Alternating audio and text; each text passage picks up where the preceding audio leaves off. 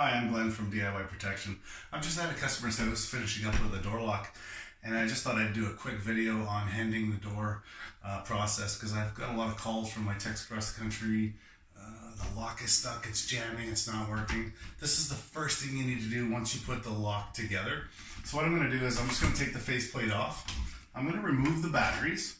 So I have everything installed, and then we'll get a nice close up to the lock, and I'm going to hold the lock on the keypad down while I drop the batteries in. What that's going to do is it's going to hand the lock, because it really doesn't know if it should be turning it to inside the door or inside the hole, right? So we're going to learn it.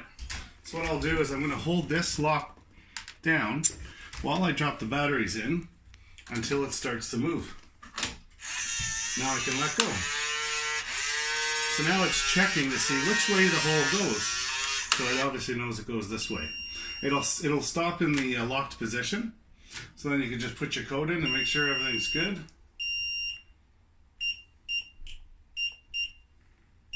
Perfect.